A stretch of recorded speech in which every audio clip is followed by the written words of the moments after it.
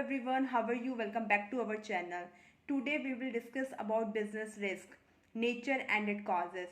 Firstly, we will know about business risk, meaning of business risk. Chances of incurring losses or less profit than expected due to uncertainties which are beyond control. Means to say कि incurring loss की chances of incurring losses का होना, business के अंदर loss का होना या profit, जितना प्रॉफिट हो रहा है उससे कम प्रॉफिट का होना, एक्सपेक्टेशन से कम प्रॉफिट का होना, लॉस का होना, किस वजह से? अनसर्टेनिटीज़ की वजह से, अनिश्चितता की वजह से। जो हमें पता नहीं है कि बिजनेस में लॉस क्यों हो रहा है या प्रॉफिट कम क्यों हो रहा है, अनिश्चित है जो, और हमारे जो बिजनेस है, बिजनेस का ओनर है, उसके कंट्रोल के जो बाहर होता है, that is known as businesses. कभी कभी आपको पता है कि बिजनेस के अंदर कुछ ऐसी प्रॉब्लम परसिस्ट हो जाती है, कुछ ऐसी रुकावटें आ जाती हैं, हर्डल्स आ जाते हैं जिसकी वजह से बिजनेस को लॉस होता है या बिजनेस में जो प्रॉफिट होता है वो कम होता है, जो अनएक्सपेक्टेड होती हैं, जो एक्सपेक्टेशन नहीं होती। जैसे कि कोई भी प्राकृतिक आपदा आ जाती है, भूकंप आ गया, बाढ़ आ गया, इसकी वजह से हमारे बिजनेस पर इफेक्ट पड़ता है।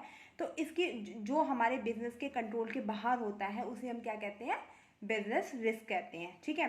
For example, decrease in demand of product due to change in fashion and taste of consumer. क्या प्रोडक्ट है, कोई भी प्रोडक्ट लगा लो, कोई भी कपड़ा लगा लो, क्लोथ का प्रोडक्ट लगा लो, गारमेंट की शॉप है, अब है ना, आए दिन उसमें फैशन चेंज होता रहता है, लोगों के टेस्ट चेंज होते रहते हैं, ट्रेंड चेंज होता रहता है। तो उसकी वजह से जो प्रोडक्ट है उसकी डिमांड में जब डिक्रीज होने लग जाती है, वो अनएक्सपेक्टेड हो जाती है। हमें पता नहीं कि आज इस चीज़ का फैशन है तो कल किस चीज़ का होगा, अनसर्टेन है, कोई निश्चित नहीं है। तो उसकी वजह से जो हमारे बिजनेस में हर्डल्स आ जाती हैं, रुकावटें आ जाती हैं, जो डिमांड कम हो जाती है, जिसकी वजह से लॉस होता है और जो कंट्रोल के बाहर होता है, उसे हम क्या कहते हैं? बिजनेस रिस्क कहते हैं। आई थिंक एग्जाम्पल से आपको समझ में आ गया होगा। ठीक है। उसके बाद होता है नेचर ऑफ बिजनेस रिस्क, कि बिजनेस रिस्क के क्या क्या नेचर है, क्या प्रकृति है। सबसे पहले, it arises due to uncertainties. जो बिजनेस रिस्क होता है उसका उत्पन्न होने का कारण क्या है? अनसर्टेनिटी। कई कुछ ऐसी चीज़ें हैं जो अनसर्टेन है, जो कोई निश्चित नहीं है, कोई फिक्स्ड नहीं है, ये नहीं पता कब चेंज हो जाएगा, कब क्या हो जाए, कब। जैसे ह्यूमन है, ह्यूमन की डेथ है, कोई फिक्स नहीं है, अनसर्टेन है, कब हो जाए, किसको क्या हो जाए, कब। ऐसे फैशन है, ऐसे नेचुरल कैलेमिटीज़ हैं, ये सब अनसर्टेनिटी है। इसकी वजह से जो भी हमारे लॉसेस होते हैं बिजनेस के अंदर या प्रॉफिट में कमी आती है, ये उसकी वजह से उत्पन्न होता है। तो business risk arises due to uncertainties. Second है, risk is essential part of every business. हर बिजनेस में रिस्क एक एसेंशियल पार्ट है। ये नहीं है कि कोई भी आप बिजनेस, चाहे टॉफ़ी का बिजनेस है, वहाँ पर भी रिस्क होता ही होता है। रिस्क तो एक बिजनेस के लिए एसेंशियल पार्ट बन गया। ये नहीं है कि हमेशा आपने कोई बिजनेस खोल रखा है, कोई भी ऐसा पर्टिकुलर बिजनेस नहीं है कि वहाँ पर आपको प्रॉफिट होता ही रहे, वहाँ पर अनसर्टेनिटी ना हो या लॉस ना आए। तो रिस्क क्या है? एसेंशियल, ज़रूरत पार्ट है बिजनेस का, हर एक बिजनेस का। Degree of risk depends upon the nature and size of business. अब जो रिस्क है वो कितना होगा, कि किसी भी एक पर्टिकुलर बिजनेस में कितना रिस्क है, तो वो डिपेंड करता है किस पर? बिजनेस के नेचर पर और उसके साइज पर।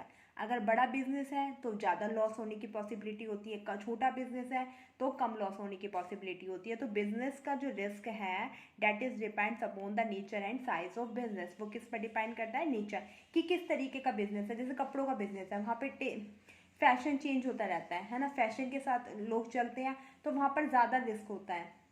वहाँ पर डिमांड होती है, कम होती जाती है, तो डिमांड कम होएगी जब कस्टमर्स की, तो लॉस होएगा। तो बिजनेस का जो रिस्क है that is depends upon the nature and size of business. जैसा बिजनेस होगा उस तरीके से ही आपको रिस्क होगा। And the fourth one is profit is the reward for bearing risk. अब जो प्रॉफिट है वो रिवार्ड है किसको? रिस्क को बियर करने का। हर कोई ऑनर होता है जो बिजनेस का, वो रिस्क को क्यों बियर करता है? ये सोचकर कि आने वाले फ्यूचर में मे बी प्रॉफिट हो। तो जो प्रॉफिट होता है वो रिवार्ड होता है किसका? रिस्क को बियर करने का। कि जब भी कोई ऑनर है रिस्क को बियर करता है तो वो ये सोच के करता है कि मे बी आगे फ्यूचर में प्रॉफिट होगा, तो that profit is the reward of bearing risk. ठीक है, ये थे हमारे नेचर ऑफ बिजनेस रिस्क। अब नेक्स्ट हम पढ़ेंगे कॉजेज ऑफ बिजनेस रिस्क, कि जो बिजनेस में रिस्क होते हैं उसका क्या क्या कारण है। आपको पता है कि अनएक्सपेक्टेड होते हैं, अनसर्टेनिटीज़ की वजह से रिस्क होते हैं। तो क्या क्या वो अनसर्टेनिटीज़ हैं जिसकी वजह से बिजनेस में रिस्क होते हैं? तो आपको सोचो, सबसे पहले नेचुरल कॉजेज़ की वजह से होते हैं, या ह्यूमन कॉज की वजह से, या इकोनॉमिक कॉज की वजह से, या फिजिकल कॉज की वजह से क्या होते हैं? बिजनेस के अंदर रिस्क होते हैं। तो firstly we will discuss about natural cause. Natural cause के अंदर प्राकृतिक, प्राकृतिक कारण, कुछ ऐसे प्राकृतिक कारण होते हैं जिसकी वजह से बिजनेस में कई बार रिस्क उत्पन्न हो जाता है, बिजनेस है वो लॉस में चला जाता है। तो natural calamities like earthquake, flood, drought can affect business a lot. अब प्राकृतिक आपदा जैसे भूकंप आ जाता है एकदम से या बाढ़ आ जाती है, तो उसकी वजह से क्या हो जाता है, बहुत कुछ बर्बाद हो जाता है। तो उसका सारा इम्पैक्ट किस पर पड़ता है, बिजनेस पर पड़ता है। तो जो बिजनेस पर लॉसेस होती हैं या प्रॉफिट में कमी आती है ड्यू टू नेचुरल कैलेमिटीज, तो उस तरीके के कॉज को हम क्या कहेंगे, नेचुरल कॉज कहेंगे। ठीक है, human beings can have no control on over it. और जो ये नेचुरल कैलेमिटीज़ है तो ह्यूमन बींग्स का इस पर कोई कंट्रोल नहीं होता, अनसर्टेन होती है, अनएक्सपेक्टेड होती है, ये नहीं पता कि कब क्या कौन सी नेचुरल कैलेमिटी आ जाए। ठीक है, तो ये भी एक बिजनेस रिस्क का सबसे बड़ा रीज़न है, कारण है, कॉज है। Then second point is human cause, loss due to human beings और एम्प्लॉयज ऑफ ऑर्गेनाइजेशन। कई बार जो लॉस होता है वो ह्यूमन बींग्स, जो हमारी ऑर्गेनाइजेशन में काम करने वाले ह्यूमन बींग्स होते हैं, जो एम्प्लॉयज़ होते हैं ऑर्गेनाइजेशन में, उनकी वजह से जो लॉस होता है that is a cause of human. तो इसमें जैसे एग्जांपल है, employee may be careless about using machinery. कई बार एम्प्लॉयज़ क्या करते हैं कि मशीनरी जो आप प्रोडक्शन कर रहे हैं जिस मशीनरी से, तो उस मशीनरी का अच्छे से यूज़ नहीं करते, है ना, उसमें खराबी आ जाती है, उसको डैमेज कर देते हैं, तो उसकी वजह से लॉस हो जाता है। या फिर कई बार क्या होता है कि कोई पर्टिकुलर बिजनेस होता है, उसमें कुछ सीक्रेट होते हैं, मतलब मैन्युफैक्चरिंग का कुछ सीक्रेसी होती है, वो बाहर वाले लोगों को शेयर कर देते हैं, दूसरी जो कॉम्पिटिटर होते हैं उनके उस कंपनी को शेयर कर देते हैं, तो उससे भी क्या हो जाता है, लॉस होता है, उस कंपनी की चीज़ खरीदनी बंद हो जाती है। तो इसकी वजह से जो बिजनेस रिस्क होता है, इसकी वजह से जो लॉसेज होते हैं उसे हम क्या कहेंगे, ह्यूमन कॉज कहेंगे। फिर थर्ड है economic cause, economic cause loss due to change in market condition. ऐसे लॉसेज जो कि मार्केट कंडीशन की वजह से, चेंज होने की वजह से होते हैं, जैसे फैशन में चेंज आ रहा है, कस्टमर्स के टेस्ट में चेंज आ रहा है, इसका सीधा प्रभाव किस पर पड़ता है, बिजनेस पर पड़ता है।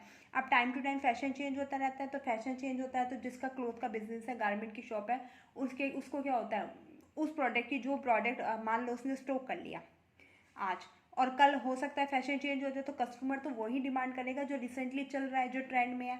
अब उसने स्टॉक कर रखा है पुराना वाला माल, तो वो तो उसका सारा क्या हो जाएगा, लॉस में जाएगा, क्योंकि कोई इसको खरीदेगा ही नहीं। तो जो फैशन की वजह से या कस्टमर के टेस्ट की वजह से जो लॉसेस आते हैं, उसे हम क्या कहेंगे, जो उसके कारण से जो कॉज आते हैं उसको हम इकोनॉमिक कॉज कहेंगे। फिर हमारे होते हैं फिजिकल कॉज। फिजिकल कॉज का मतलब होता है कोई भी एसेट्स है उसका डैमेज हो जाना, है ना, जैसे मशीनरी है उसका टूट जाना, कोई भी ऐसी चीज़ कंपनी के अंदर मशीनरी वगैरह का टूट जाना, या कोई एसेट्स हमारी प्रॉपर्टी वगैरह है उसका डैमेज हो जाना, उसकी वजह से जो लॉस उत्पन्न होते हैं, लॉस अराइजेज होते हैं, उसे हम फिजिकल कॉज कहते हैं।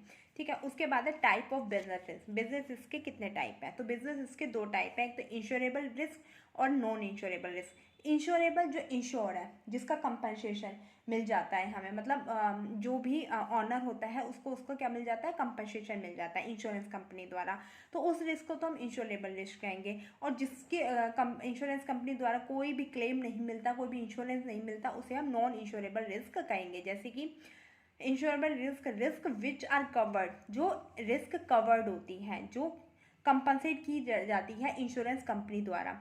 Losses for which company can get compensation, company क्या है, कंपनसेशन को प्राप्त कर लेती है इंश्योरेंस कंपनी से, उस रिस्क को हम इंश्योरेबल रिस्क कहेंगे, जो हमें कंपनसेशन मिल जाता है इंश्योरेंस कंपनी से।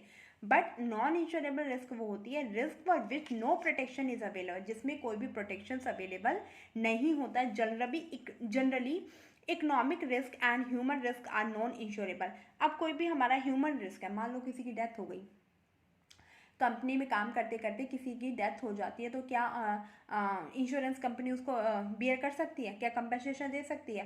ह्यूमन बीइंग की कमी तो कोई भी किसी पैसों से पूरी नहीं कर सकते। तो जो ह्यूमन रिस्क होती है और जो इकोनॉमिक रिस्क होती है उसको कोई भी क्लेम कंपनी होती है, इंश्योरेंस कंपनी होती है, वो फुलफिल नहीं कर सकते। तो इस तरीके की जो रिस्क आती हैं उसे हम नॉन इंश्योरेबल रिस्क कहते हैं। ये था आपका बिजनेस रिस्क का टॉपिक। इसी में से जो क्वेश्चन एक दो आएंगे वो इसी में से आएंगे, बाकी और कुछ नहीं है, इससे बाहर कुछ नहीं आएगा। और वीडियो अच्छी लगे तो लाइक, शेयर और सब्सक्राइब करना ना भूलें। Thank you, have a nice day.